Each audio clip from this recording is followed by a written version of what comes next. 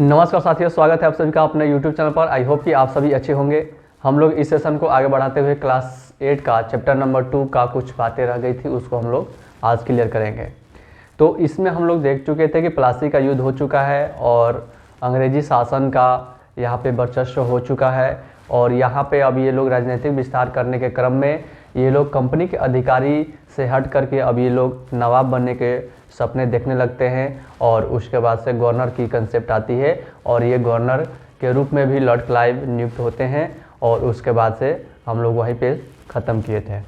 तो चलिए इसके बाद से हम लोग देखते हैं कि कंपनी का फैलता शासन। यदि हम 1757 से 1857 के बीच, यानी यहाँ पे 100 सालों के बीच की बात बता रहा है कि 1757 से लेकर के 1857 के बीच यदि देखा जाए तो ईस्ट इंडिया कंपनी के द्वारा भारतीय राज्यों पर कब्जे की प्रक्रिया को देखें तो कुछ महत्वपूर्ण बातें सामने आती है। किसी अनजान इलाके में कंपनी ने सीधे सैनिक हमला प्रायः नहीं किया।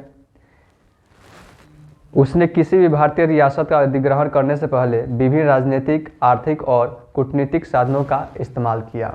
यानी डायरेक्ट इंडिया में नहीं आया और डायरेक्ट आकर के और वो अपना यहाँ पे वर्चस्व काम नहीं किया। धीरे धीरे उन्होंने, आप सभी जानते हैं कि व्यापारिक गतिविधियों को अपनाया। उसके बाद से धीरे धीरे जैसे जैसे अपना प्रभाव दिखाना शुरू कर दिया, उसके बाद से भारत के अंदर जितने भी बड़े बड़े साम्राज्य थे उनका पतन होता चला गया, शासक कमज़ोर होते गए। इसी का फ़ायदा उठाकर भी इन्होंने अपना राजनीतिक विस्तार करने के बारे में सोचना शुरू कर दिया। अब इसके बाद से देखते हैं कि इसमें इन लोगों का क्या स्वार्थ छुपा हुआ है, राजनीतिक विस्तार करने में ये लोग क्या चाहते हैं, इसको हम लोग आगे देखेंगे। चलिए, बक्सर की लड़ाई 1764 के बाद कंपनी ने भारतीय रियासतों में रेजिडेंट तैनात कर दिए।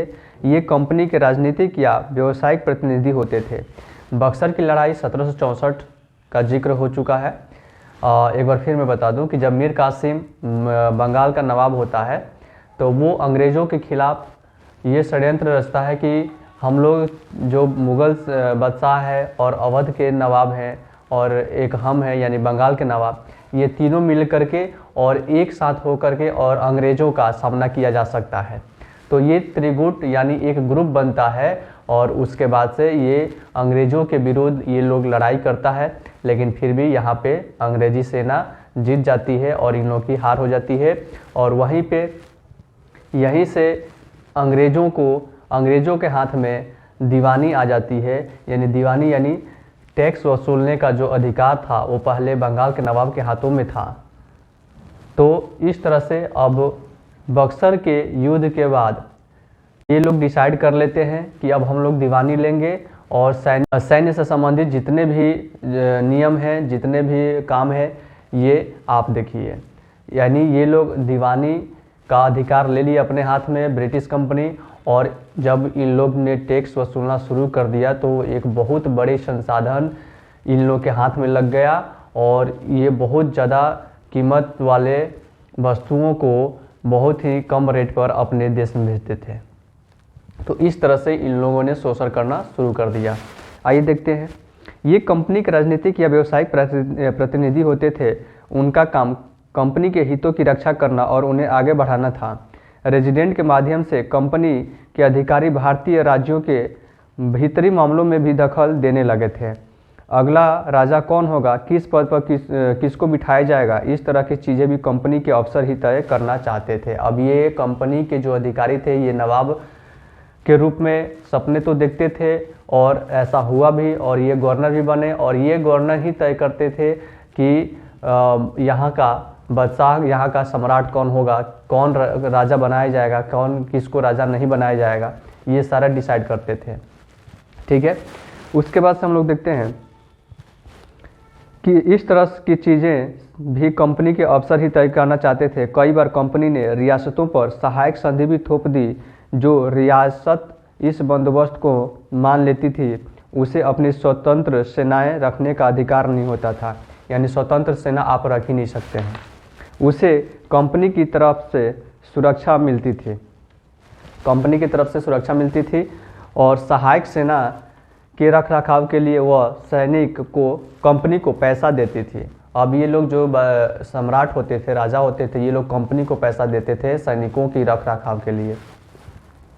अगर भारतीय शासक रकम अदा करने में चूक जाते थे, यदि भारत के जो शासक होते थे यदि ये रकम देने से चूक जाते थे, नहीं दे पाते थे, तो जुर्माने के तौर पर उनका इलाका कंपनी अपने कब्जे में ले ली जाती थी। यानी कंपनी का ये नियम होता था कि जो हमारे जो सैनिक है उसको खिलाने पिलाने जो भी खर्चा लग रहा है ये भारत के शासक देंगे, और यदि ये लोग नहीं जुटा पाते थे, भारत के शासक यदि नहीं जुटा पाते थे, तो इनके इलाकों को ये लोग अपने कैप्चर में, ये अपने अंदर ले लेते थे। उदाहरण के लिए जब रिचर्ड वेलेस्ली गवर्नर जनरल 1798 से 1805 के बीच में इसका शासनकाल देखा जाता है, उस समय अवध के नवाब को 1801 में अपना आधा इलाका कंपनी को सौंपने के लिए मजबूर किया गया, क्योंकि नवाब सहायक सेना के लिए पैसा अदा करने से चूक गए थे, यानी वो पैसा नहीं दे सका था कंपनी को। इसी आधार पर हैदराबाद के भी कई इलाके छीन लिए गए। अब ये लोग क्या कर रहे हैं, धीरे धीरे ऐसा नियम लगा रहे हैं, ऐसे नीति अपना रहे हैं जिससे अब इलाके इन लोगों के अंतर्गत आता चला गया, और धीरे धीरे छोटे छोटे जो राज्य थे, छोटे छोटे प्रांत थे, इन सब ने अपना कब्जा करना शुरू कर दिया किसी न किसी तरीके से, कोई ना कोई नियम लगा कर। टीपू सुल्तान शेर-ए-मैसूर, चलिए इसको देखने से पहले हम लोग थोड़ा चित्र देख लेते हैं कि अपने बेटों और ब्रिटिश रेजिडेंट के साथ खड़े नवाब शुजा-उद-दौला टीली कैटल द्वारा बनाया गया चित्र है। बक्सर की लड़ाई के बाद हुई संधियों के फलस्वरूप कौन सी संधि हुई थी, तो इलाहाबाद की संधि हुई थी। याद रखिएगा, इलाहाबाद की संधि हुई थी।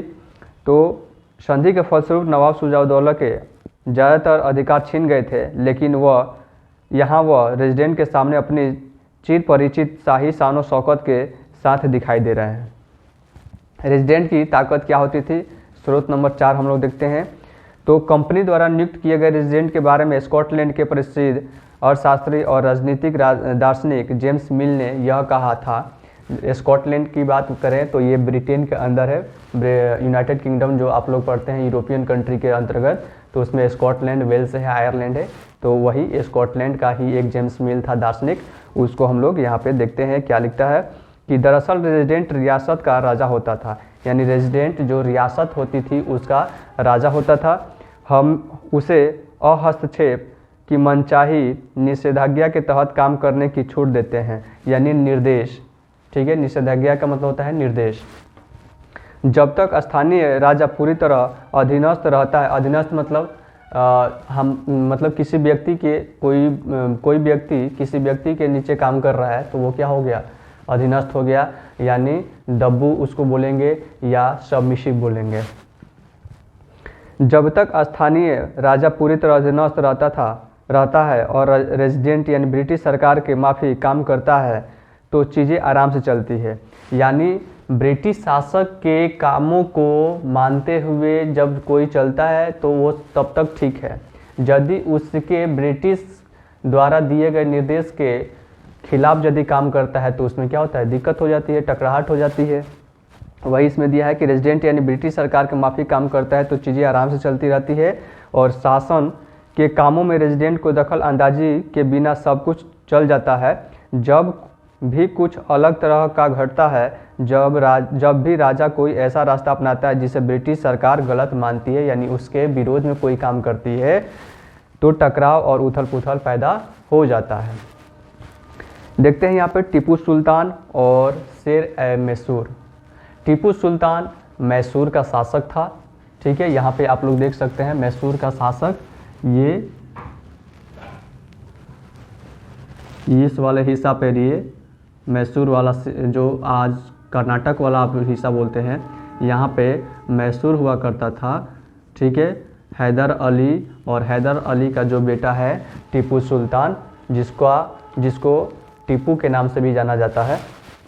तो याद रखिएगा कि जब कंपनी को अपने राजनीतिक और आर्थिक हितों पर खतरा दिखाई दिया तो कंपनी ने प्रत्यक्ष सैनिक टकराव का रास्ता भी अपनाया, और दक्षिण भारतीय राज्य मैसूर के उदाहरण से यह बात समझी जा सकती है।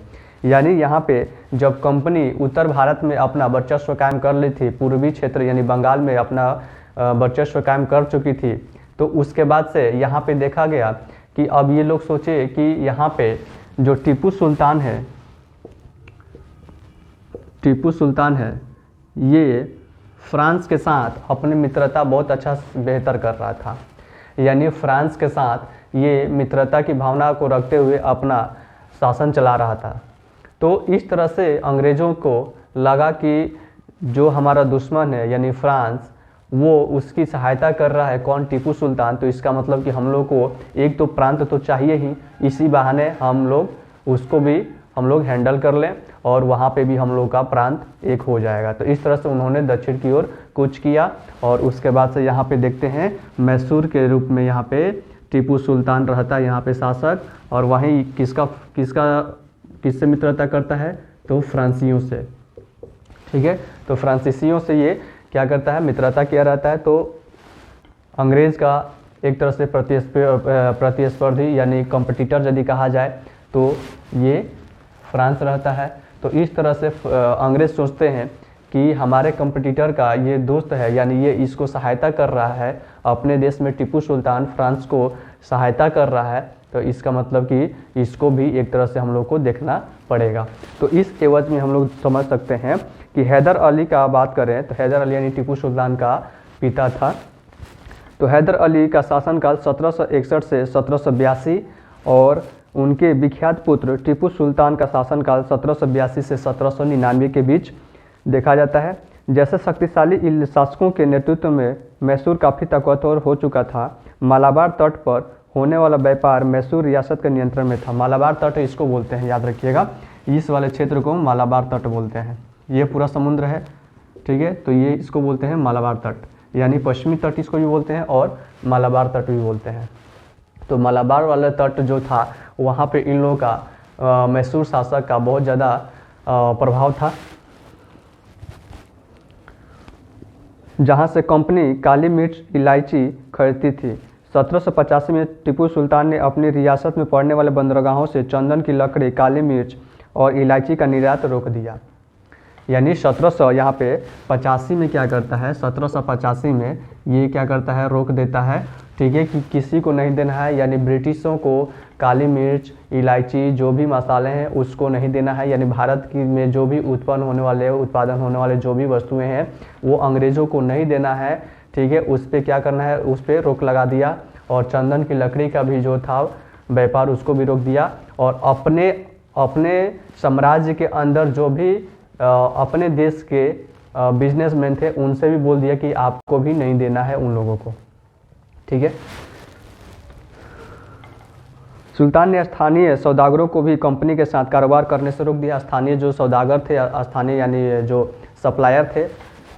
टीपू सुल्तान ने भारत में रहने वाले फ्रांसीसी व्यापारियों से घनिष्ठ संबंध विकसित किए, यानी फ्रांसीसियों से मित्रता की और उनकी मदद से अपनी सेना को आधुनिकीकरण किया, मॉडर्नाइजेशन किया, यानी अपनी सेना को नए नए तकनीकों के साथ बहुत ज़्यादा ट्रेनिंग लिया फ्रांसीसियों से। सुल्तान के इन कदमों से अंग्रेज़ आग बबूला हो गए, इनको थोड़ा खुन्नत बनने लगी। उन्हें हैदर अली और टीपू सुल्तान बहुत महत्वाकांक्षी, घमंडी और ख़तरनाक दिखाई देते थे। अंग्रेज़ों के दिमाग में एक इमेज था टीपू सुल्तान को लेकर के, हैदर अली को लेकर के, ये लोग की बहुत महत्वाकांक्षी है, बहुत ही प्रभावशाली है, बहुत ही एक तरह से घमंडी और ख़तरनाक बोल सकते हैं। तो अंग्रेज़ों को लगता था कि ऐसे राजाओं को नियंत्रित करना और कुचलना ज़रूरी है। फलस्वरूप मैसूर के साथ अंग्रेज़ों की 4 बार जंग हुई, ठीक है। तो यहाँ पे हम लोग देख सकते हैं 1767 से 1769 के बीच, यहाँ पे हम लोग लिख सकते हैं 1767 से 1769 के बीच यहाँ पे पहला मैसूर युद्ध होता है। आंग्ल मैसूर लिख लीजिए, पहला आंग्ल मैसूर युद्ध।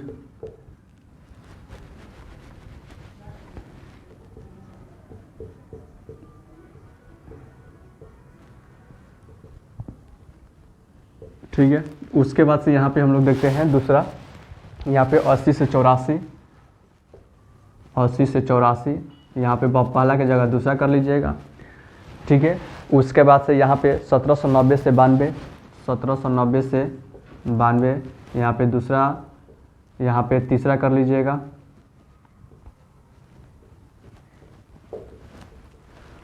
यहाँ पे तीसरा कर लीजिएगा, तीसरा आंग्ल मैसूर युद्ध। और उसके बाद से चौथा जिसमें टीपू सुल्तान की मृत्यु हो जाती है, तो यहाँ पे हम देखते हैं 1799। यहाँ पे टीपू सुल्तान की यहाँ पे मृत्यु हो जाती है, तो यहाँ पे चौथा आंग्ल मैसूर युद्ध। ठीक है, चौथा आंग्ल मैसूर युद्ध, इसको ऐसे बोल सकते हैं फोर्थ एंग्लो मैसूर वॉर। ठीक है, तो एंग्लो यानी आंग्ल यानी अंग्रेजों से हुआ था, तो यहाँ पे आंग्ल मैसूर युद्ध के रूप में हम लोग देखते हैं।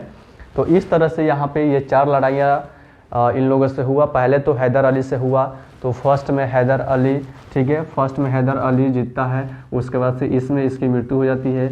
उसके बाद यहाँ से टीपू सुल्तान आता है और फिर इसमें ये टीपू सुल्तान यहाँ पे 1799 में क्या होता है, इसकी डेथ हो जाती है।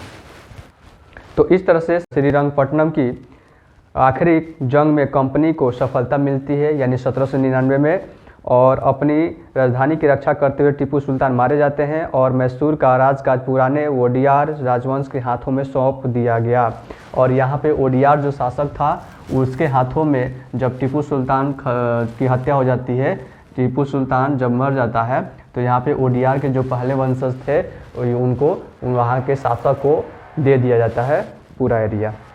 इसके साथ ही मैसूर पर भी सहायक संधि थोप दी गई, और इस पे भी मैसूर पे भी एक सहायक संधि थोप दी गई। क्या कि हमारे सैनिकों को यहाँ के जो शासक जो भी होगा वो कंपनी को पैसा देगा रख रखाव के लिए, यदि नहीं देगा तो यहाँ पे भी क्या किया जाएगा, यहाँ के भी इलाके को हम लोग कब्जा में ले लेंगे।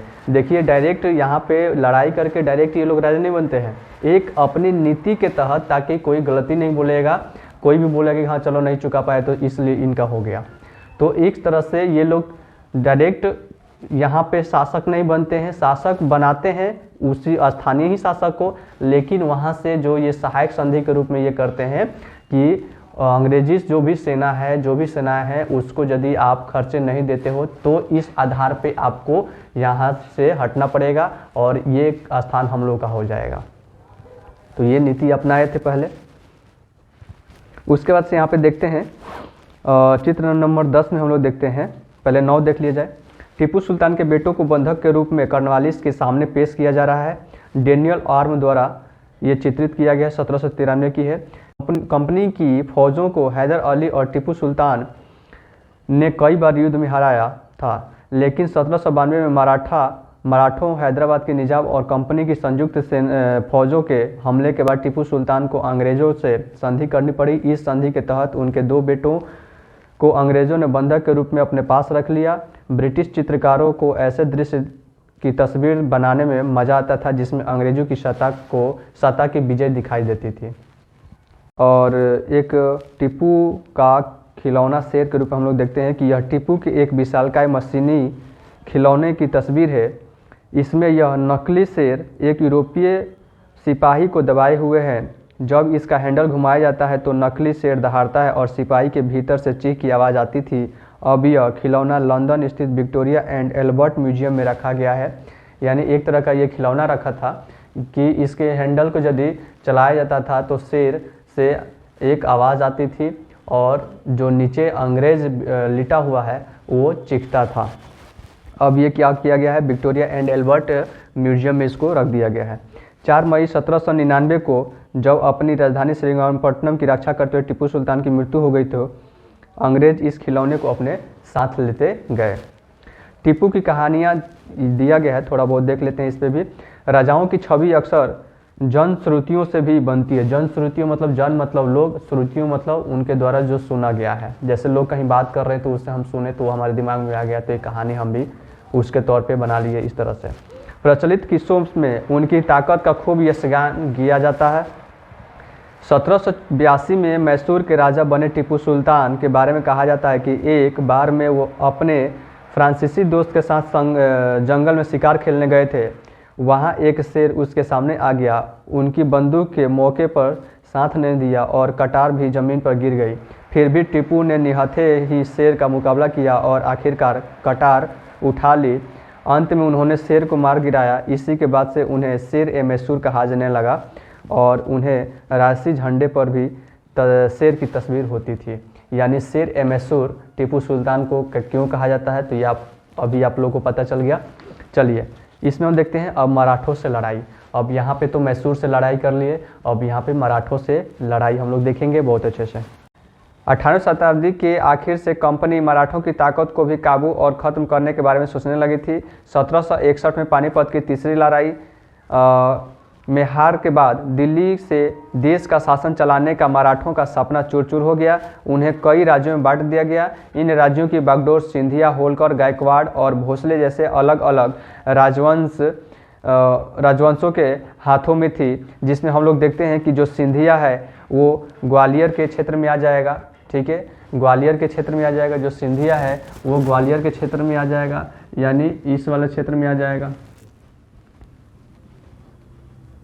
ठीक है, ये सिंधिया हो गया जो ग्वालियर के क्षेत्र में आ जाएगा।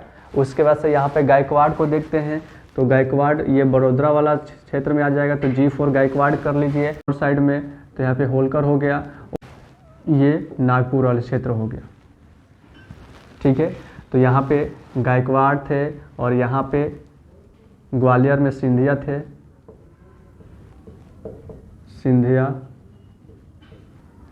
सिंधिया, यहाँ पे गायकवाड़ थे। ये मराठा का ही क्या है, अलग अलग क्षेत्र है। ठीक है, यहाँ पे होलकर थे, H4 होलकर, और यहाँ पे भोसले। ठीक है, तो इस तरह से ये लोग मराठा अलग अलग क्षेत्र में बट गया था। ये सारे सरदार एक पेशवा, यानी पेशवा क्या होता था, याद रखिएगा, पेशवा एक मंत्री हुआ करता था प्रधानमंत्री के तौर पे, यानी शासक को छत्रपति कहा जाता है। ठीक है, जो शासक होते थे उसको छत्रपति कहा जाता है, जिसमें हम लोग देखते हैं छत्रपति शिवाजी, तो क्या थे, शासक थे। और उन्होंने जो यहाँ पे 8 जो मंत्रियों का अपना ग्रुप बनाया था, जिसमें सबसे ऊपर थे पेशवा। ठीक है, तो ये एक तरह से ये प्रधानमंत्री कह सकते हैं, ये क्या थे, प्रधानमंत्री थे। ठीक है, तो इस तरह से हम लोग देखते हैं कि मराठा अलग अलग ये क्षेत्र में बट गया था। इसको आप लोग देख सकते हैं। उसके बाद से ये सारे सरदार एक पेशवा यानी सर्वोच्च मंत्री के अंतर्गत एक कॉन्फेडरेंसी राजमंडल के सदस्य भी थे। पेशवा इस राजमंडल का सैनिक और प्रशासकीय प्रमुख होता था और पुणे में रहता था। ठीक है, ये लोग पुणे में रहते थे, पेशवा जो भी थे। उसके बाद से महादजी सिंधिया और नाना फडणवीस 18वीं सदी के आखिर के 2 प्रसिद्ध मराठा राजनीतिज्ञ थे, यानी पॉलिटिकल पार्टी के अंतर्गत जो भी ये लीडर थे उस तरह से। एक के बाद एक कई युद्धों में कंपनी ने मराठों को घुटने टेकने पर मजबूर कर दिया। पहला युद्ध 1782 में सलाई संधि के साथ खत्म हुआ, जिसमें कोई पक्ष नहीं जीत पाया। यानी 1782 में सलाबाई का युद्ध, याद रखिएगा, 1782 में सलाबाई का युद्ध मराठों के साथ होता है। इसमें कोई नतीजा नहीं आ पाया। उसके बाद से हम लोग देखते हैं कि दूसरा अंग्रेज़ मराठा युद्ध 1803 से 5 के बीच में हम लोग देखते हैं। Second Maratha war, second Anglo Maratha war. ठीक है, यानी दूसरा आंग्ल मराठा युद्ध हम लोग देख सकते हैं। तो इस तरह से हम लोग 1803 से 5 के बीच में हम लोग देख सकते हैं। उसके बाद से इसका कई मोर्चों पर लड़ा गया। इसका नतीजा यह हुआ कि उड़ीसा और यमुना के उत्तर में स्थित आगरा व दिल्ली सहित कई भूभाग पर अंग्रेज के कब्जे में आ गए। यानी ये वाला क्षेत्र, ये उड़ीसा वाला क्षेत्र और ये गंगा वाला क्षेत्र जो है, ये वाला क्षेत्र पूरी तरह से इनके अंतर्गत आ गए। अंततः 1817 से 1819 के बीच तीसरे अंग्रेज मराठा युद्ध में मराठों की ताकत को पूरी तरह कुचल दिया गया। यानी 1817 से 19 के बीच यहाँ पे जो तीसरा होता है, ठीक है, यहाँ पे तीसरा कर लीजिएगा, तीसरा आंग्ल मराठा युद्ध। और उसके बाद से यहाँ पे हम लोग देखते हैं कि पेशवा को पुणे से हटाकर कानपुर के पास बिठूर में पेंशन पर भेज दिया गया था। अब विंध्य के दक्षिण में स्थित पूरे भूभाग पर कंपनी का नियंत्रण हो गया, यानी विंध्य के दक्षिण में। तो विंध्य का दक्षिण हम आपको बता देते हैं, जैसे ये मान लीजिए ये इंडिया है, तो ये वाला जो विंध्य रीजन है ये इसके दक्षिण में क्या हुआ, इनका वर्चस्व कायम हो गया। याद रखिएगा यहाँ पे 1782, 1803 और 5 के बीच में और 1817 से 19 के बीच में मराठों से युद्ध होता है, ठीक है। और अंत में ये यहाँ पे जो तीसरा युद्ध होता है, यहाँ पे ये मराठाओं का जो प्रभाव है वो ख़त्म हो जाता है अंग्रेज़ों के सामने, और ये लोग विंध्य के दक्षिणी भागों में ये लोग क्या कर लेते हैं, कब्जा कर लेते हैं, इनका अब हो जाता है। सर्वोच्चता का दावा। उपरोक्त विवरण से स्पष्ट होता है कि 19वीं शताब्दी की शुरुआत से कंपनी क्षेत्रीय विस्तार की आक्रामक नीति पर चल रही थी। लॉर्ड हेस्टिंग्स 1813 से 1823 तक गवर्नर जनरल रहता है। 1813 से लॉर्ड हेस्टिंग, यहाँ पे याद रखिएगा 1800, लॉर्ड हेस्टिंग 1813 से 1823 तक, ठीक है, ये याद रखिएगा। के नेतृत्व में सर्वोच्चता की एक नई नीति शुरू की। कंपनी का दावा था कि उसकी सत्ता सर्वोच्च है, इसलिए वह भारतीय राज्यों के ऊपर है। अपने हितों की रक्षा के लिए वह भारतीय रियासतों का अधिग्रहण करने या उनको अधिग्रहण की धमकी देने का अधिकार अपने पास मानती थी। यह सोच बाद में भी अंग्रेज़ों की नीतियों में दिखाई देती थी। अब ये लोग धमकी भी देते थे भारत के जो भी शासक होते थे उनको, लेकिन यह प्रक्रिया बेरोक टोक नहीं चली। उदाहरण के लिए जब अंग्रेज़ों ने कितूर यानी कर्नाटक वाला क्षेत्र, यहाँ पे याद रखिएगा ये कर्नाटक वाला क्षेत्र, ठीक है, ये कर्नाटक वाला क्षेत्र, यहाँ पे एक जगह कितूर था, वहाँ पे हम लोग देखते हैं कि छोटे से राज्य को कब्जे में लेने का प्रयास किया तो रानी चेन्नम्मा ने हथियार उठा लिए। यानी यहाँ की जो रानी थी वो चेन्नम्मा थी, तो हथियार उठा लिए और अंग्रेज़ों के खिलाफ आंदोलन छेड़ दिया। 1824 में उन्हें गिरफ्तार किया गया और 1829 में जेल में उनकी मृत्यु हो गई। रानी चेन्नम्मा का गिरफ्तारी 1824 में होता है और 1829 में उनकी मृत्यु हो जाती है। चेन्नम्मा के बाद कितूर स्थित संगोली के एक गरीब चौकीदार रायना ने यह प्रतिरोध जारी रखा। चौतरफा समर्थन और सहायता से उन्होंने बहुत सारे ब्रिटिश शिविरों और दस्तावेजों को नष्ट कर दिया था। आखिरकार उन्हें भी अंग्रेज़ों ने पकड़कर और 1830 में फांसी पर लटका दिया। प्रतिरोध के ऐसे दूसरे उदाहरण आप इस किताब में आगे पढ़ेंगे। तो एक तरह से यहाँ पे एक तो रानी चेन्नम्मा थे, वो तो विद्रोह की। उसके बाद से यहाँ पे हम लोग देखते हैं कि चौकीदार जो था रायना, ठीक है, रायना ने भी प्रतिरोध जारी रखा, लेकिन कुछ हाथ नहीं लगा, इसकी भी मृत्यु हो गई अंततः। 1830 के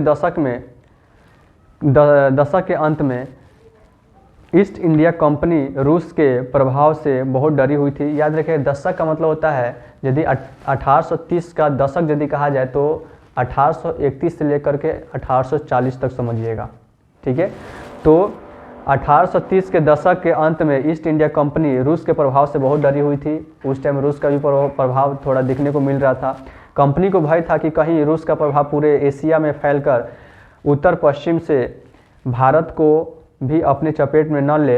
इसी डर के चलते अंग्रेज अब उत्तर पश्चिम भारत पर भी अपना नियंत्रण स्थापित करना चाहते थे। यानी एक तरह से इन लोगों का जो क्षेत्र था, यहाँ पे इधर वाले क्षेत्र को भी कब्जा कर लिया था, इधर वाले क्षेत्र को भी कब्जा कर लिया था, इधर वाले क्षेत्र को भी कब्जा कर लिया था और इधर वाले क्षेत्र को भी कब्जा कर लिया था। अब ये इस वाले क्षेत्र को ये लोग चाह रहे थे कब्जा करने के लिए, ताकि इधर से जो भी शासक आए वो भारत में ना पहुंच पाए। तो इधर से यहाँ पे रोकने के लिए ये लोग सोचा कि इधर पश्चिमी वाले क्षेत्र में अपना कब्जा होना चाहिए, नहीं तो कोई भी विशेषकर रूस आक्रमण कभी भी कर सकता है। उन्होंने 1838 से 1842 के बीच अफगानिस्तान के एक साथ लंबी लड़ाई लड़ी और वहां अप्रत्यक्ष कंपनी स्थापित कर लिया। 1843 में सिंध भी कब्जे में आ गया। इसके बाद पंजाब की बारी थी। यहाँ महाराजा रणजीत सिंह ने कंपनी की दाल नहीं गलने दी, यानी महाराजा रणजीत सिंह अंग्रेज़ों पर भारी पड़ते थे। ठीक है, 1839 में उनकी मृत्यु के बाद इस रियासत के साथ 2 लंबी लड़ाइयाँ हुई और आखिरकार 1849 में अंग्रेज़ों ने पंजाब पे भी अधिग्रहण कर लिया और 1849 में ये पश्चिम वाले क्षेत्र पे भी क्या करते हैं, अंततः अधिकार कर लेते हैं। ठीक है, और इधर अफगानिस्तान वाले क्षेत्र में जो युद्ध होता है उस पे भी ये लोग पूरी तरह से कायम कर लेते हैं। तो इस तरह से इन लोगों का जो विस्तार होता है धीरे धीरे युद्ध के माध्यम से होता है और अपनी रणनीति बहुत ही पक्की बनाते हैं और उन्हीं रणनीतियों के चलते इनको सफलता मिलती है। तो इसलिए कहा जाता है कि कोई भी यदि आप काम कर रहे हैं तो रणनीति बनाना एक ऑथेंटिक रूप से यदि नीति रहती है आपके साथ, यदि वाकई में वो नीति यदि काम करती है तो आपको उसका फल दिख भी जाता है। तो चाहे ये अंग्रेज कुछ भी थे लेकिन अपने नीति को लोगों के सामने रखते थे, ऐसे रखते थे जिसमें ये लोग सक्सेस भी हो जाते थे। ठीक है, चलिए आगे देखें।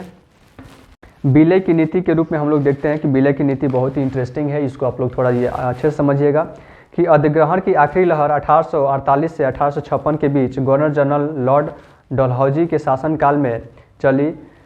लॉर्ड डलहौजी ने एक नई नीति अपनाई जिसे विलय नीति का नाम दिया गया। याद रखिएगा 1848 से लेकर के 1856 के बीच, 48 से 56 में यहाँ पे डलहौजी आता है।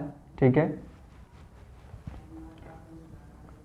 लॉर्ड डलहौजी आता है और डलहौजी के अंतर्गत क्या होता है, विलय नीति। ठीक है, यह सिद्धांत इस तर्क पर आधारित था कि अगर किसी शासक की मृत्यु हो जाती है, उसका कोई पुरुष वारिस नहीं है तो उसकी रियासत हड़प होकर ली जाएगी, यानी कंपनी के भूभाग का हिस्सा बन जाएगी। यानी जिस क्षेत्र में जो शासक होगा वो जब तक होगा तब तक तो ठीक है, यदि उसके शासन का कोई उत्तराधिकारी नहीं होगा तो उसको अपने क्षेत्र में मिला लिया जाएगा, यानी कंपनी का वो भूभाग हो जाएगा। क्या बात है, यानी कंपनी के भूभाग का हिस्सा बन जाएगी। इस सिद्धांत के आधार पर एक के बाद कई रियासतें सतारा, संबलपुर, उदयपुर, नागपुर और झांसी अंग्रेज़ों के हाथ में चली गई। ठीक है, झांसी को आप लोग देख सकते हैं, जैसे रानी लक्ष्मीबाई के पति के मृत्यु के बाद से जो उनका छोटा बेटा होता है तो वो उत्तराधिकारी के रूप में होता है, लेकिन वो क्या होता है, छोटा होता है। तो इसलिए इस विलय नीति के तहत ही झांसी को अपने अंडर में ये लोग ले लेते हैं। आखिरकार 1856 में कंपनी ने अवध को भी अपने नियंत्रण में ले लिया। इस बार अंग्रेज़ ने एक नया तर्क दिया।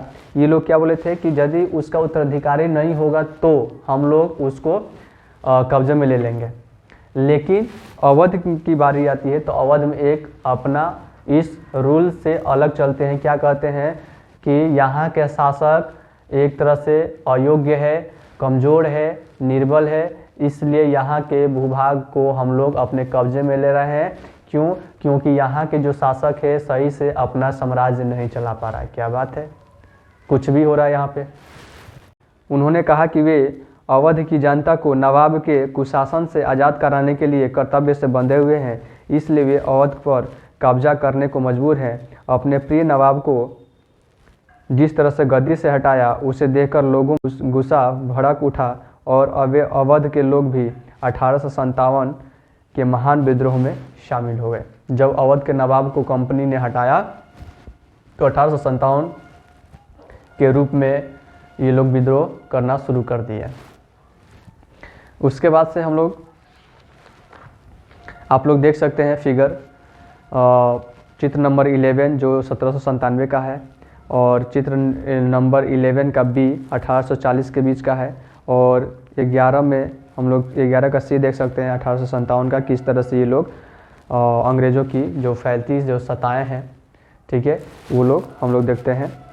इन नक्शे को भारत के वर्तमान राजनीतिक नक्शे के साथ रख कर देखें। तीनों शासक में उन इलाकों की पहचान करें जो ब्रिटिश शासन के अंतर्गत नहीं थे।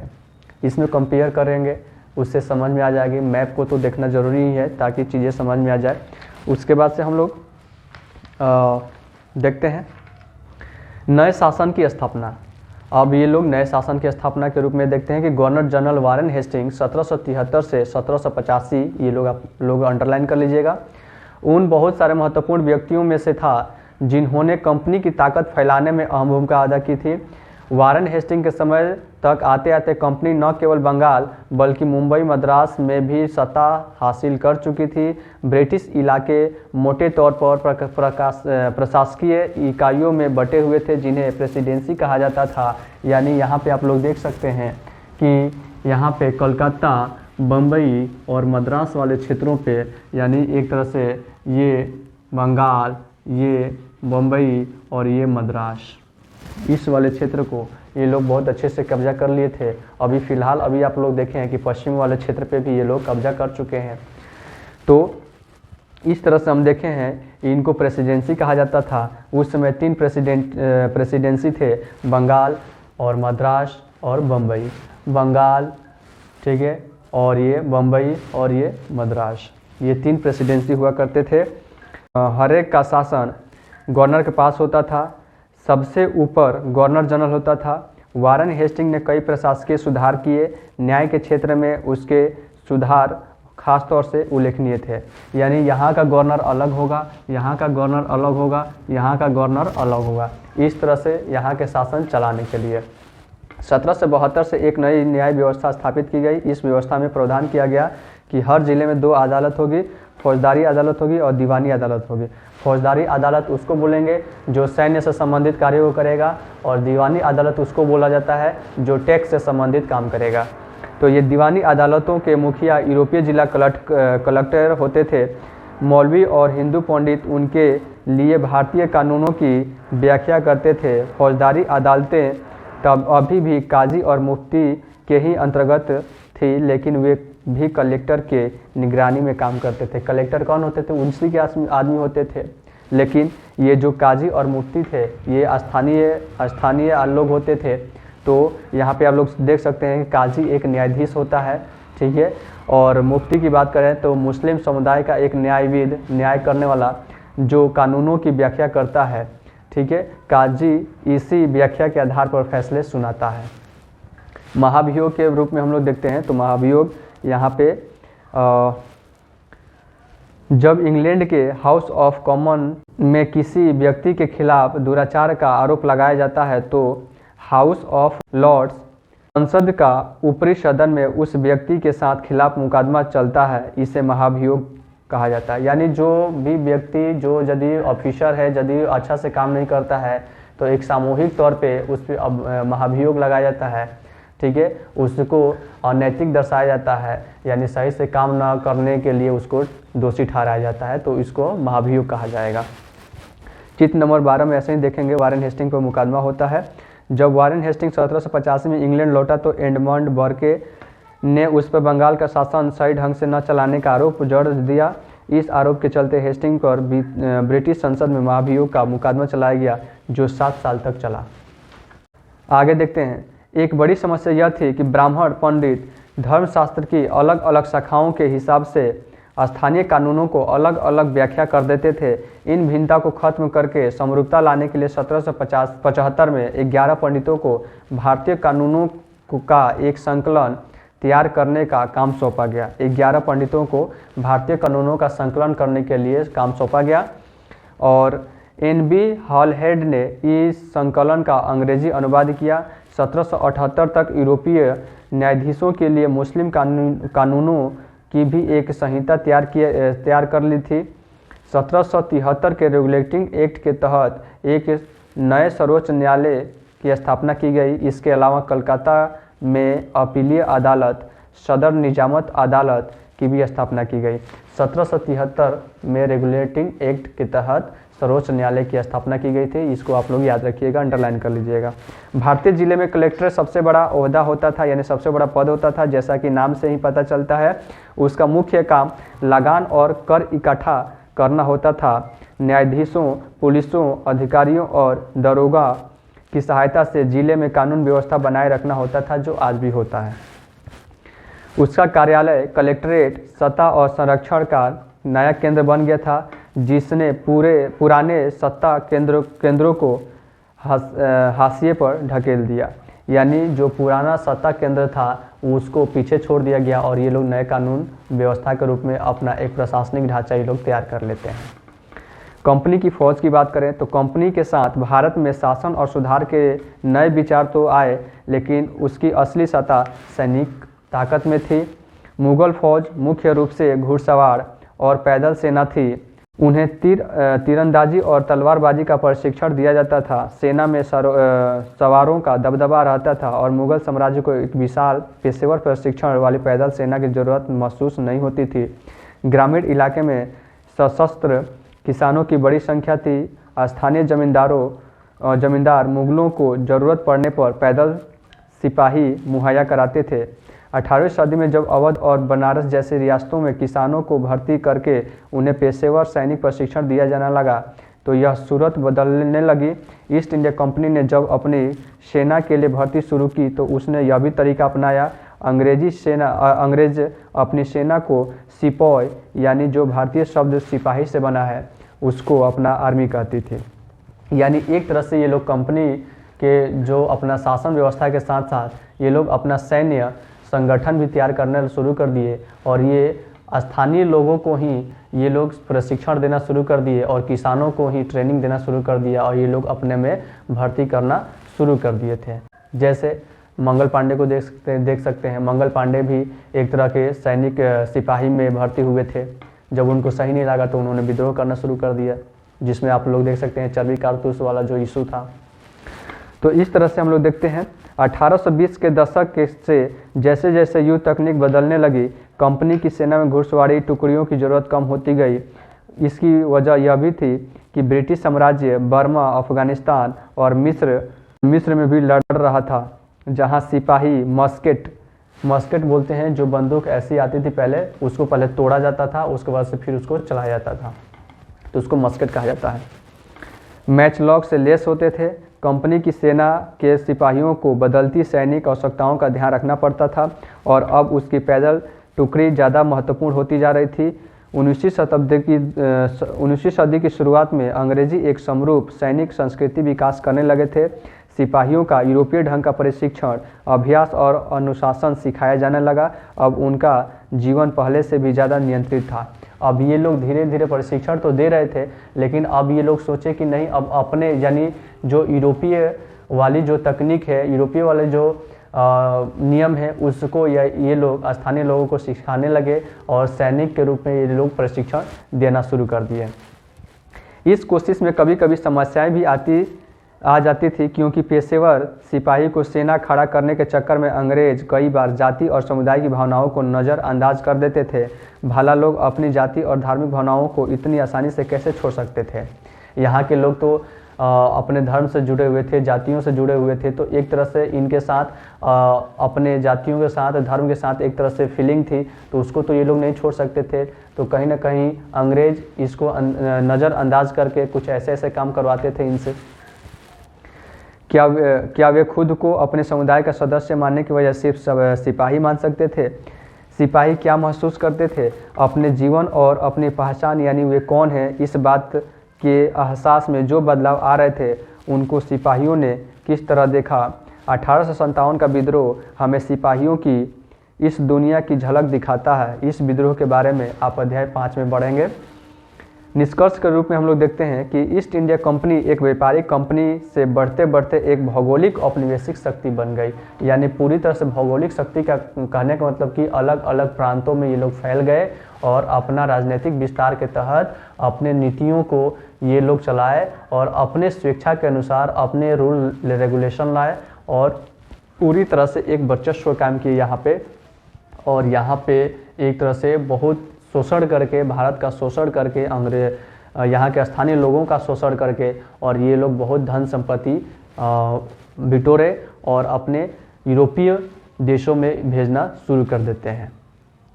ठीक है, तो उसके बाद से हम लोग देखते हैं निष्कर्ष के रूप में कि ईस्ट इंडिया कंपनी एक व्यापारिक कंपनी से बढ़ते बढ़ते एक भौगोलिक औपनिवेशिक शक्ति बन गई। 19वीं शताब्दी की शुरुआत में नई भाप तकनीक से आने से यह प्रक्रिया तेज हुई। तब तक समुद्री मार्ग से भारत पहुंचने में 6 से 8 माह का समय लगता था और भाप से चलने वाले जहाज़ों ने यह यात्रा 3 हफ्तों में समेट दी। इसके बाद तो ज़्यादा से ज़्यादा अंग्रेज और उनके परिवार भारत जैसे दूर देश में आने लगे। 1857 तक भारतीय उपमहाद्वीप के 63% भूभाग और 78% आबादी पर कंपनी का सीधा शासन स्थापित हो चुका था। देश के शेष भूभाग और आबादी पर कंपनी का अप्रत्यक्ष प्रभाव था। इस प्रकार व्यवहारिक स्तर पर ईस्ट इंडिया कंपनी पूरे भारत को अपने नियंत्रण में ले चुकी थी। दक्षिण अफ्रीका में दास व्यापार की बात करें तो दास व्यापार भी होता था। याद रखिएगा, जब ये लोग अमेरिका को अपना औपनिवेशिक बनाए थे ब्रिटिश, तो वहाँ से सोना चांदी तो लाते ही थे। उसके बाद से अफ्रीका वाले क्षेत्र में भी ये लोग अपना वर्चस्व कायम किए थे और यूरोप से ये लोग जहाज़ लाते थे अफ्रीका में और यहाँ से दासों को उसमें लाते थे और दासों को ले जा कर के उत्तरी अमेरिका वाले क्षेत्र में क्या करते थे, उसको बागान मालिक को बेच देते थे। तो इस तरह से दास व्यापार भी चलती थी। यहाँ पे देख सकते हैं कि डच व्यापारी 17वीं सदी में दक्षिण अफ्रीका पहुँचे और जल्द ही दास व्यापार शुरू हो गया। लोगों को बंधक बना करके जंजीरों में बांध करके दास बाज़ारों में बेचे जाना लगा। 1834 में दास प्रथा के अंत के समय अफ्रीका के दक्षिणी सिरे पर स्थित केप निजी स्वामित्व के दासों की संख्या 36,774 थी। 1824 में केप आने वाले एक यात्री ने वहां होने वाली नीलामी का आंखों देखा ब्यौरा प्रस्तुत किया है। यहाँ पे आप लोग चित्र दे सकते हैं। यह मालूम होने पर कि पशुओं कृषि उत्पादों की नीलामी होने वाली है, हमने अपनी गाड़ी नए बैल खरीदने के लिए रोक ली। नीलामी के माल में एक स्त्री दास और उसके 3 बच्चे थे। किसानों ने पशुओं के समान ही उन्हें परखा। उन्हें अलग अलग खरीदारों को बेच दिया गया। माँ ने चिंता वेदना आंसू भरी आँखों से बच्चे की तरफ देखा। दुखी बच्चे व्याकुल बाप से चिपक गए। यह दृश्य दिल को पिघलाने वाला था। इसके विपरीत मौजूद दर्शकों के चेहरे हंसते हुए और असंवेदनशील थे। यानी एक तरह से देखिए कि जो माँ बेटे थे और पिता थे, इनको अलग अलग जगह पे अलग अलग व्यक्तियों के साथ बेचा जा रहा है। माँ उसी वेदना से इस बच्चे को देख रही है।